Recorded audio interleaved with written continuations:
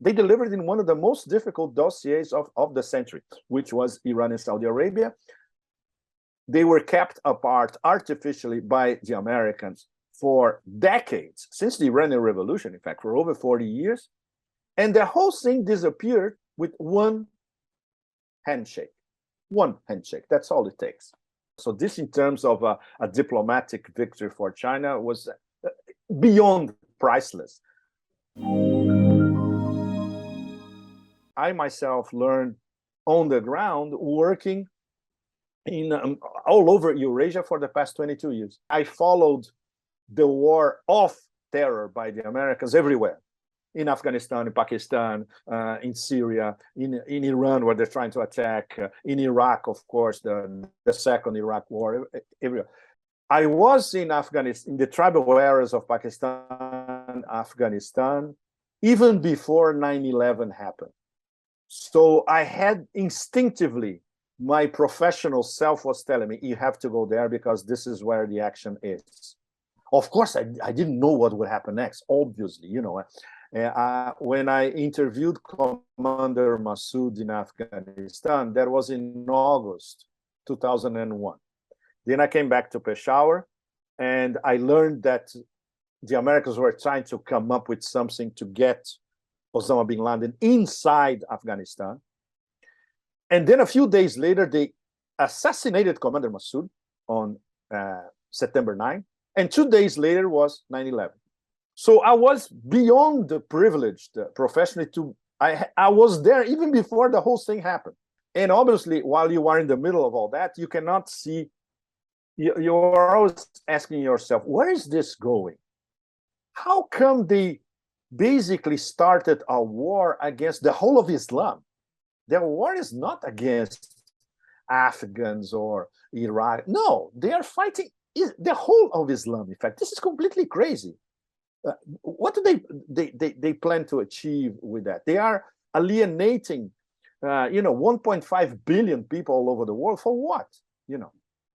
Little did we know that this was the wrong war, that they picked the wrong war, and they forgot about the two ones that really matter in international relations, Russia and China. So what was happening in between?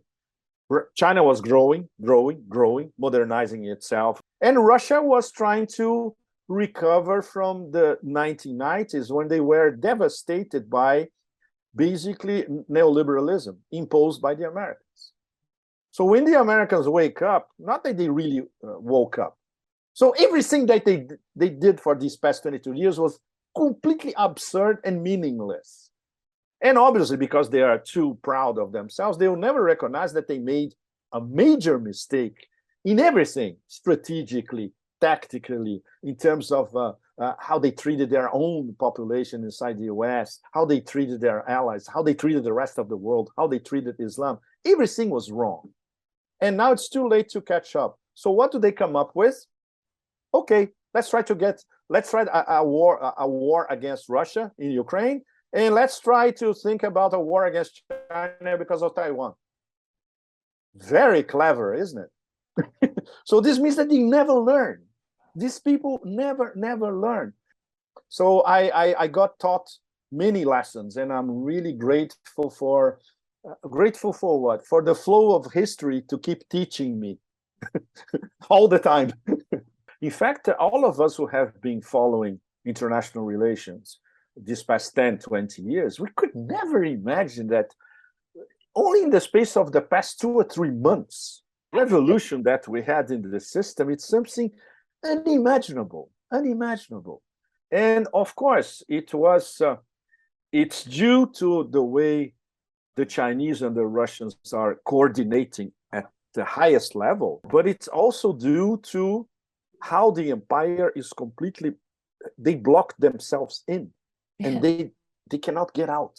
So they trapped themselves with their acts, with their rhetoric, with their warmongering, antagonizing, especially not only Russia and China, but half of the global South, at least, if not more. Basically, this is the construction of a different system to what we have been living since the end of the Second World War, which is a unilateral system controlled by the hegemonic power, the United States. They designed the rules immediately after the end of the Second World War. They implement the rules. They change the rules when they want it. They impose the rules to the global south and to the rest of the world, including their allies in Europe. And what are they doing now? They are weaponizing Poland to make Poland the leader of the future leader, the future in prospect leader of the EU. And with around Poland, a lot of Eastern European nations. This is what the Americans want, especially because Poland is a very complicated matter because there's a lot of resentment about the empire that they lost in the 17th, 18th century. They hate Ukrainians, they hate Russians, they hate everybody. So it's a perfect country to be manipulated by the US from afar. We're not saying that this is going to happen. This is essentially the American plan B for Europe, because they see that France, sooner or later, France now may contemplate a more independent position inside the European Union, which is something extremely difficult because the EU and the European Commission, they control everything. This implies that they need to control geopolitics all over the planet, of course, and also geoeconomics. But their notion of geoeconomics is very restrictive. It means we choose our trading partners, we impose the rules of trade, they have to follow what we impose. Everything is subordinated to the international financial system, which we control. And if you don't agree with that, it's very simple. We can bomb you, we can sanction you. So it's a completely unilateral system. And economically, it's based on the best definition is of a casino. So the United States runs the casino. So as we know, when you go to a casino, there's that famous saying that the house always wins. And the house, 99% they win. Sometimes they they let one or two customers get out with you pieces of gold, let's put it this way. The thing is now, not only Russia and China, but very important players in the global south, they're saying, no, we don't agree with that anymore. It's very difficult because this is a process. And I would say that the hard part started just now. Real multipolarity means everyone has a say, everyone will be on the table, and we're not going to have an hegemon ruling over everybody else. We're going to have middle rank and high rank powers talking to each other and also incorporating smaller powers and smaller nations as well, which is the case of Africa, for instance, which is not even represented in the UN Security Council. And the way a multipolar world could be configured with a different financial system, without casino capitalism, without an hegemonic power imposing rules, and with everybody sitting at the table and having common decisions, is something that all of them will have to work for. So multipolarity will be what we are starting to live now, how to design the rules of a new system. It's an extremely complex process, which is going to take years, if not decades, but it has already started. And the great thing now, compared to the past, is that we have a set of multilateral organizations that will be coordinating this drive towards the multipolar world. Example, BRICS, which soon will become BRICS Plus, with more new members like Iran, Argentina, Algeria. There are over 20 countries who are on the list and they want to be part of BRICS. The Shanghai Cooperation Organization, very, very important, led by Russia and China, where we're going to have Iran as a permanent member starting this year, 2023. Saudi Arabia already said, look, we want to get in as soon as possible. So they have to study how they are going to incorporate Saudi Arabia and others who want to be part of the Shanghai Cooperation Organization. Once again, it's very complicated, but we have already, let's say, inside the Eurasian Economic Union, inside BRICS, who are already working on how we're going to come up with different payment systems, that they already exist. So this is where we are at the moment. It is like a high-speed train that has already left the station. There is a Chinese payment system. There is a Russian payment system. There is an Iranian payment system. And that's where we get to this alternative currency backed by commodities and gold or both, which Russia and China have in spades, of course, both, and how they're going to seduce, let's put it this way, or convince countries inside BRICS, inside the Shanghai Cooperation Organization, to start adopting. And then it's going to be a cascade. Africans are going to get on board, Latin Americans are going to get on board, etc. So this is very, very important. It starts with trade in bilateral trade in their own currencies of the two countries involved. There are many problems. I'll just mention one of them. For instance, the BRICS Development Bank, the NDB, housed in Shanghai and now led by former Brazilian President Dilma Rousseff. Dilma said a few days ago that the plan is to have 30% of the business transacted through the NDB outside of the dollar by 2026. This is very, very slow. It should be this year, 2023 already. But you see, it's a very complicated, it's a long-term process. The problem will be how to coordinate all that in the next stage with a currency that could be accepted by many different countries and in many different continents. So how to coordinate them, expand these payment systems outside of the West, and at the same time design one currency or perhaps a basket of currencies backed by commodities and gold and independent from the US dollar. And of course, in terms of loans, if loans come from China, they will be in yuan, and then they'll be repaid later in yuan as well. But there are many countries that get their loans in US dollars or in euros. So how are you going to transact all that back to currencies of the BRICS members? And especially now that we're going to have BRICS plus members, right?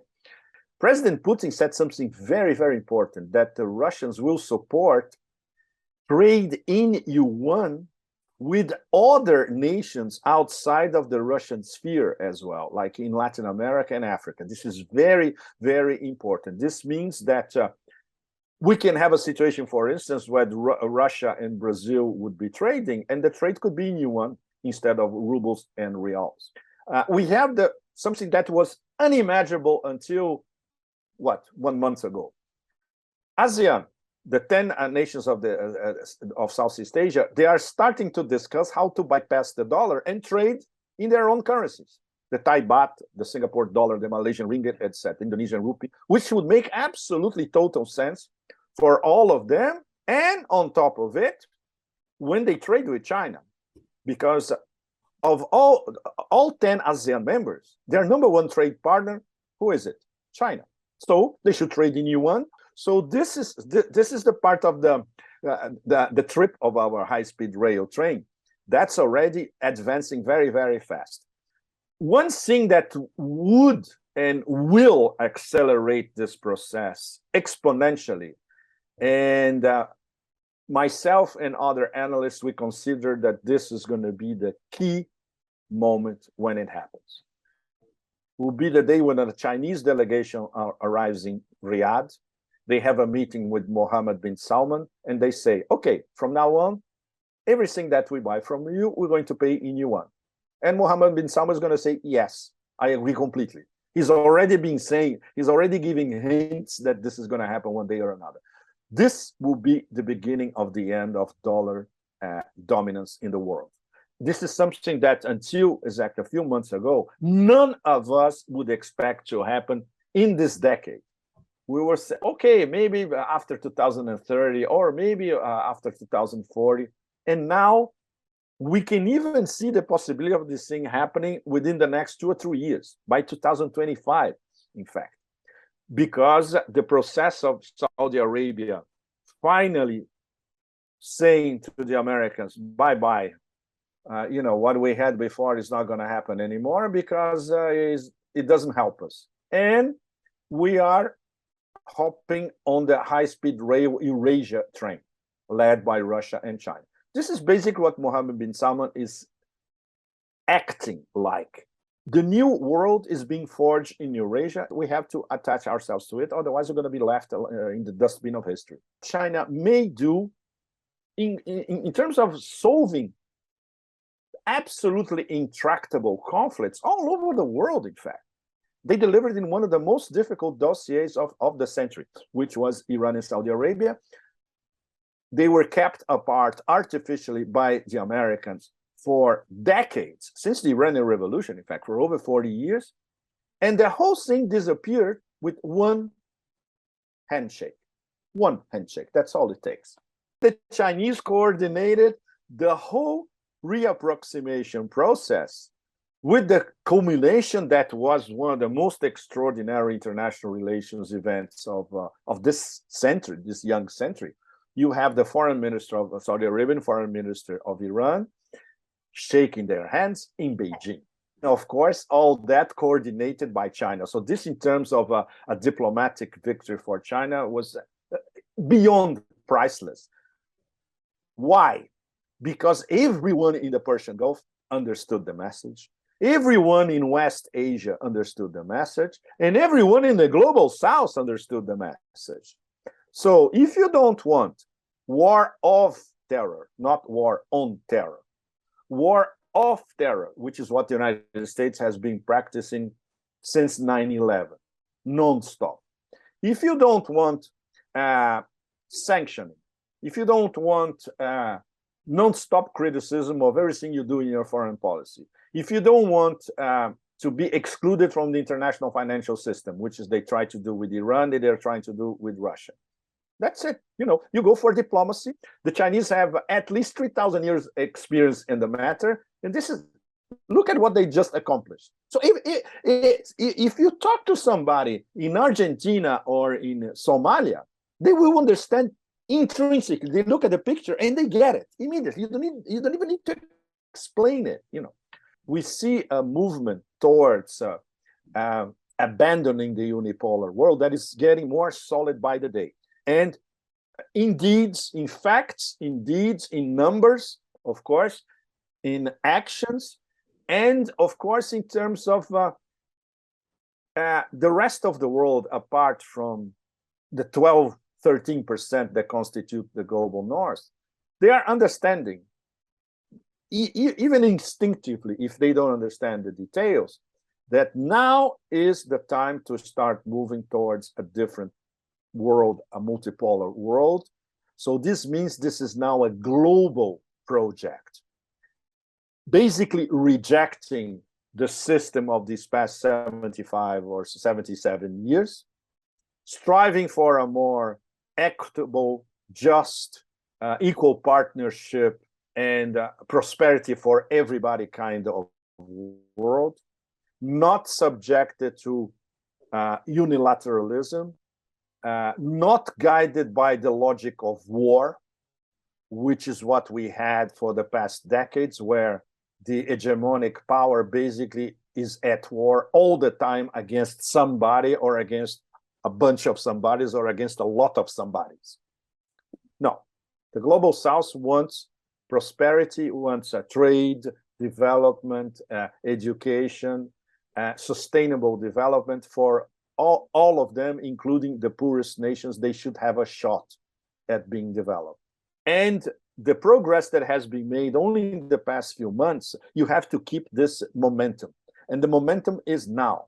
And the momentum towards de-dollarization, the momentum towards basically even laughing about the stupidities that come from Washington every day, the momentum of saying, no, we're not going to follow your diktats everywhere, and diversifying their economies, trading in their own currencies, in terms of trade and connectivity. So we see a change of paradigm in global terms, in terms of most of the world finally waking up that the time for change is now. So this is the most important, I would say this is the most important development of our young 21st century.